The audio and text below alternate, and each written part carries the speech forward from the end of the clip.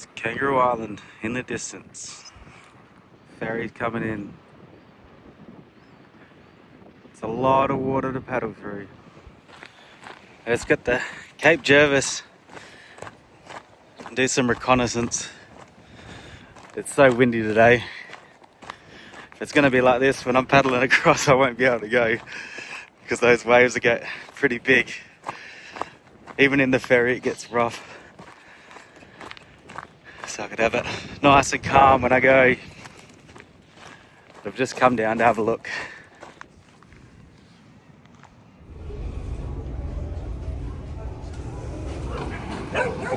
Well, now the reconnaissance is done, it's time to head home and start preparing. Alright, it's coming down. Needs a nice big clean.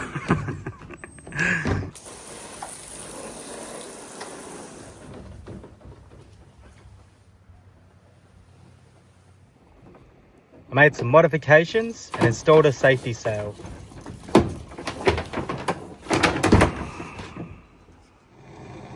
The next task was to make a power box so I could run the bilge pump.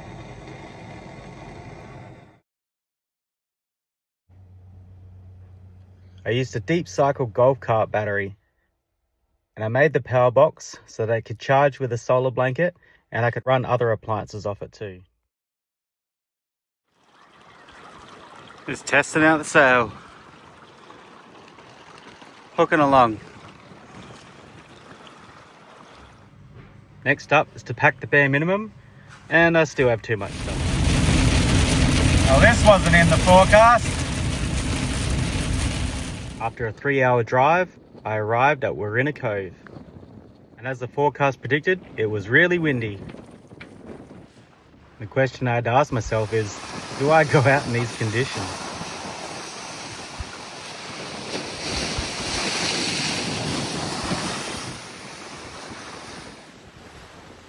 And as I stared out into the ocean and looked at the waves smashing into the rocks, I wondered if I should go out or not. Then I thought, you know what?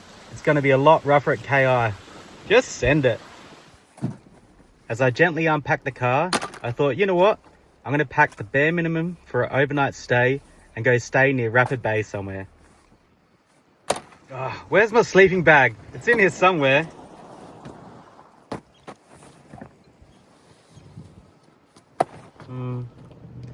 Is that everything I need? I hope so.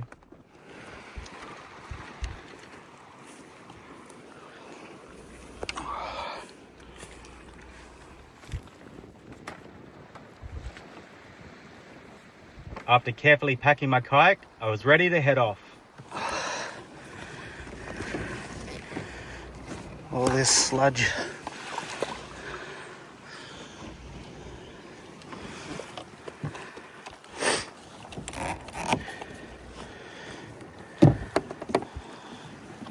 Oh, heading off. It's so rough out there. If I had to say if I was scared or not, I'd be lying if I said I wasn't. But I've only put a little bit of gear in just to test it out before I fully load the kayak. Because I've never kayaked in seas this rough. But here we go. It's rough, alright. Like 2 meter swells. Oh, here's a big one.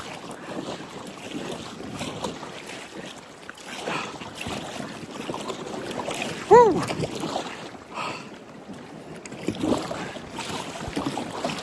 It's gotta be crazy to do something like this. Oh, this one's huge.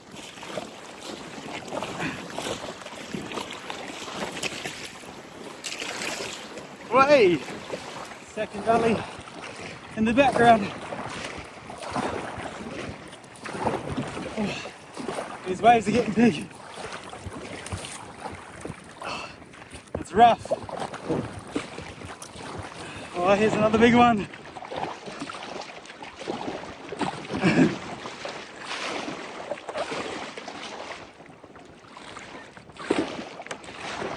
Once you get over the fear, it's actually good fun. Oh, that's better. It's just like a wet roller coaster.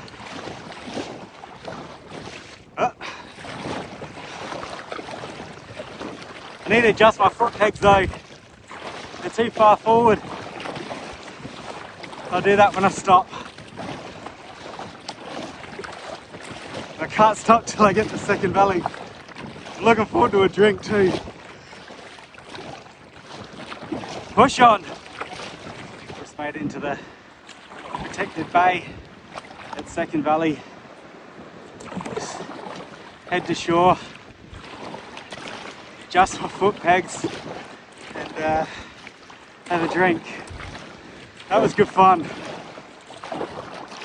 A couple of times I nearly capsized, but yeah, I think I'll be right. Going to Kayak. It's supposed to be a lot less windy than it is today, so it'll be northerly, so we help me push across. Oh, a bit tired just after that little bit. It was like 2 Ks, but headwinds. Alright, head to shore.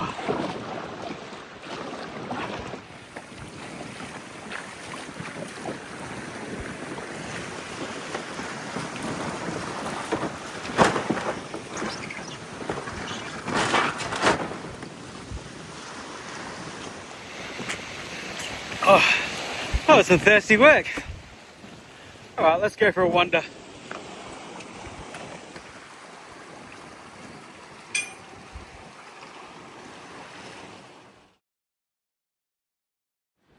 Good thing I got my hiking boots on.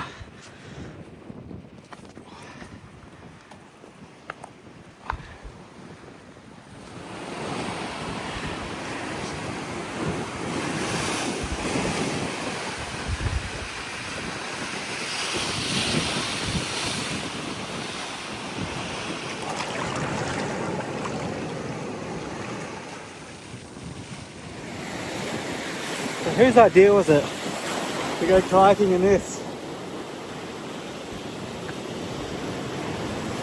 Alright, it's nice to have a little break and do some exploring. What's that say? I really got to learn to read. Bit of an Airbnb, bedroom for one.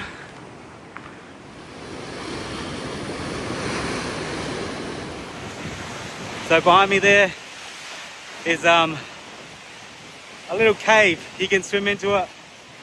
On a low tide you can kayak in there as well. When it's calm, not when it's like this. This is where all the kids come to cliff jump as well.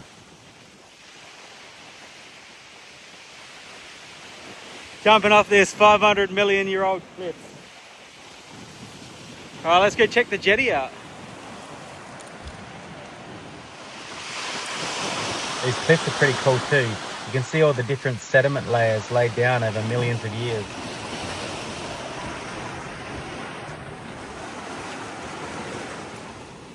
Second Valley is one of the most Instagrammed beaches in South Australia due to its beautiful scenery. Second Valley's traditional owners were the Kaurna people. It was a great place for them to get fresh water and hunt kangaroos. And now, tourists love to come here as it's a popular fishing spot, where you could lay on the beach and sunbake or partake in some water activities. You could sail your boat over here and spend the night in the protected bay, or jump on a jet ski and go boosting around the cliffs. Right, we got about an hour and a half of daylight to go. Let's do this.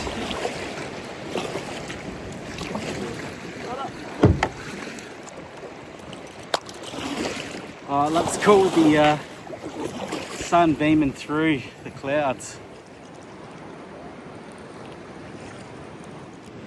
I've got an hour to charge these waves. I better go wide of these cliffs, otherwise I'll end up in them. That won't be good. Alright, I'm going to try get into this narrow part where the cave is, but these waves are crazy, so I got to time it right, otherwise I'm really going to hurt myself. Alright, wish me luck. see the cave there, the narrow gap.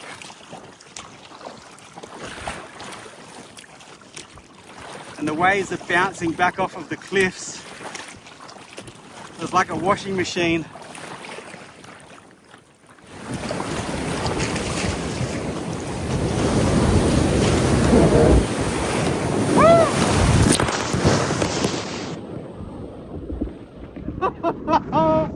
There's one way to do it. It absolutely soaked me. I thought it was going to stack it hard. It just launched me straight into the gap. That was nuts.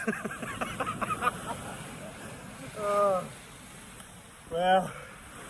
Look at that. That's crazy. Oh, my kayak's full of water. Oh. Woo. Alright. Gonna drag this bad boy up onto the beach. The bilge pump works. Works a treat actually. Man, that was nuts. Woo! Oh, I'm so glad I put that in. Whee! Oh shit. I'm gonna have to drag this up. Get it up there.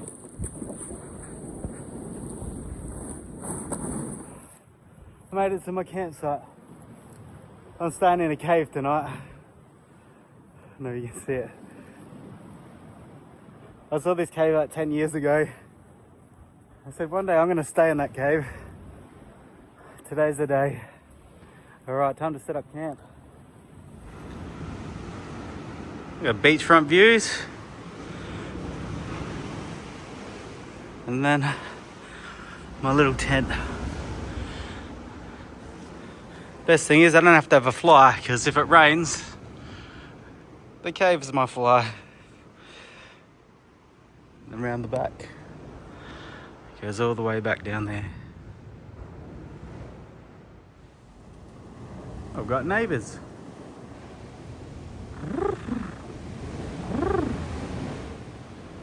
Must be a good camping spot for winter when the fire ban's not on, and come down here and have a fire. There's a couple of pits already made up.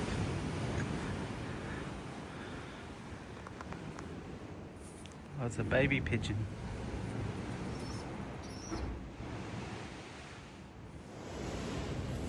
Well, that was a successful entry day, I guess you could say, for my fundraiser. I hope I can get out of there tomorrow. Wind's supposed to be dying off, so I'm hoping it's calm tomorrow and then I can paddle out, because if it's like this, I might be staying here an extra night. What a cool spot to watch the sunset.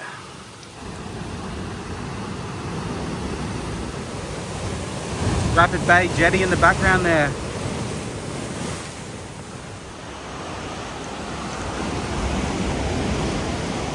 Camp's just down there. It's a little cave.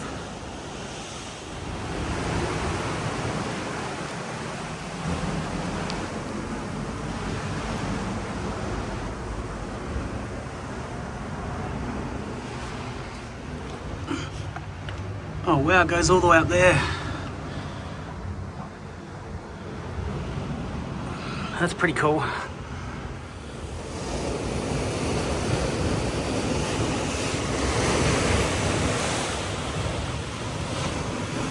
What an awesome view. So a couple of years ago, I did a fundraiser for the home of Love and Dreams Orphanage in Uganda, where I kayaked from the Victorian border to the Murray mouth. I promised I would do another one. So this is my second big trip, where I'm kayaking from Wirrina over to Cape Jervis. And then if the waters are better than they were today, I'm hoping that I can get across to Kangaroo Island.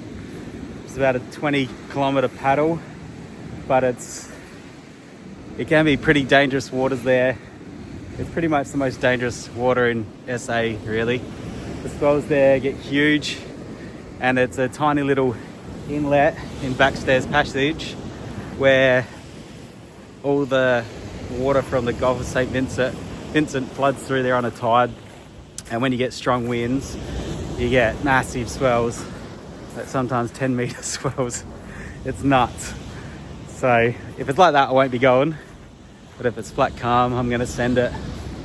So the reason I decided to raise money for this orphanage was years ago when I was a little kid and we started going to church. I met a guy called Bernie Scanlon, and he used to do fundraisers all the time. He'd ride his bike or go for big walks from Adelaide up to Port Augusta and raise money for orphanages, raise money for lots of different kids, lots of different foundations, Make-A-Wish, all that sort of thing. And unfortunately, Bernie passed away a couple of years ago on a fundraiser for this orphanage. He was riding from Adelaide to Darwin and a car hit him, and yeah, he was sadly lost his life. And so I decided to do the first fundraiser in his memory because he was the one who helped start up this orphanage. And the orphanage is looked after by David and Esther Kamanzi. And when I did the fundraiser a couple of years ago, I think they only had a handful of children. Now they've got 54 kids that they're looking after, and they're struggling to feed them all and give them a good education. They want to build a school on site. So I decided to go on this adventure to raise money for them again. Last time we raised about $8,000, so I've set a ridiculously ambitious goal of raising $500,000 this time, which may not get at this trip, but I'm going to keep doing trips until I get there. So I don't need a few people to donate a lot. I need a lot of people to donate a little bit. So even just $5 is going to make a massive difference. If I can get 100,000 people to donate $5, I'll hit my goal, which isn't impossible with social media these days. I think we can definitely hit that. So decided to do something a little bit more crazy this time and go on this epic 20-day kayaking journey. Everyone's been telling me not to do it, that it's too dangerous, because it is a little bit, but I think I'll be fine. I've planned everything as much as I can. I've got all the safety gear that I need, EPIRB, VHF radios, flares, all that sort of stuff that I need for a kayaking trip like this.